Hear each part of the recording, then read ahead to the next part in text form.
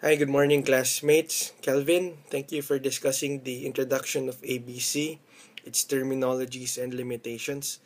Now I'm going to discuss to you the assigned cost to cost pools via the first allocation, and as well as how to compute activity rates for cost pools. Now, just a brief summary. Activity-based costing is a two-stage product costing method that assigns cost first to activities and then to products based on each product's use of activities.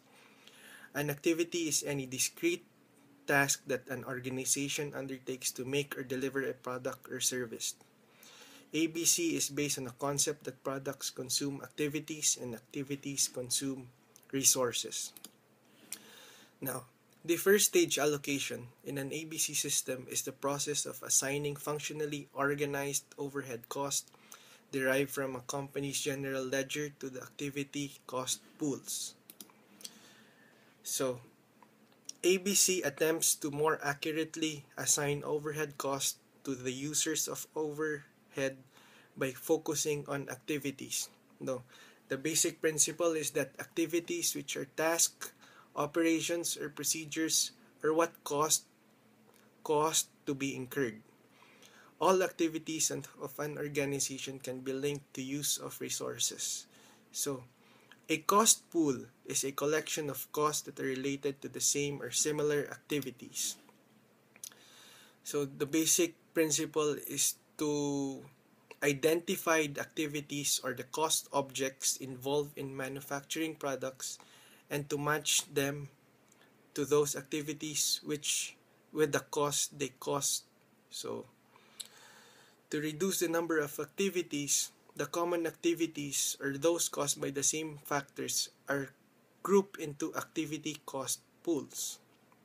Now, the second stage is to compute an activity rate for each cost pools and then use this rate to allocate overhead cost to products. Applying activity-based costing. So, in applying activity-based costing, there are 4 steps involved. First, identify activities and the cost they cost.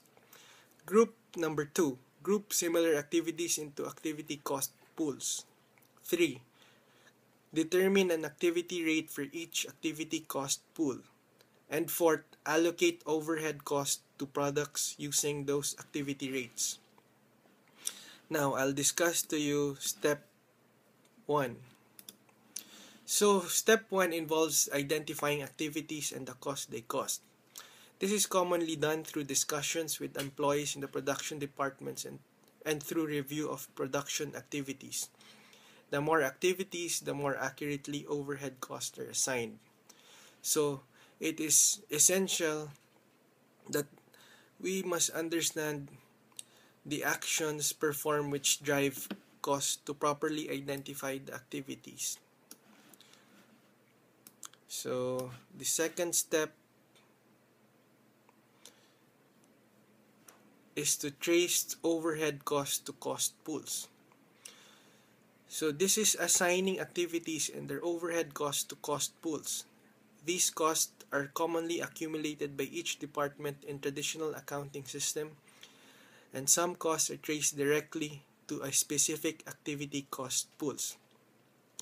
ABC provides more detail about the activities and the cost they cost than is provided from traditional costing methods.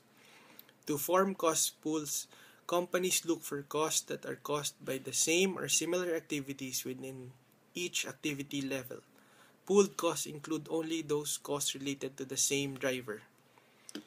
So, step 1 is very related to step 2 as it requires the assignment of activities.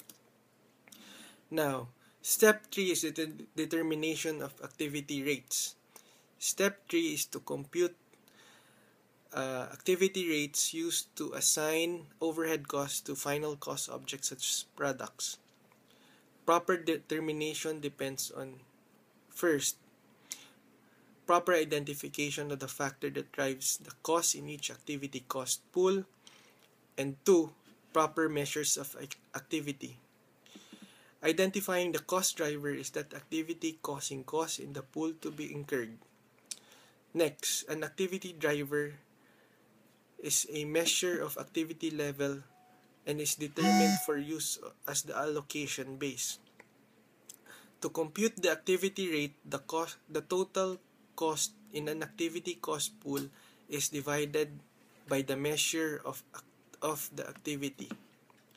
Now, step 4 relates to the assignment of overhead cost to cost objects, which involves the second stage of assignment. Gerry will be the one to discuss this, and thank you very much, and I'll see you soon.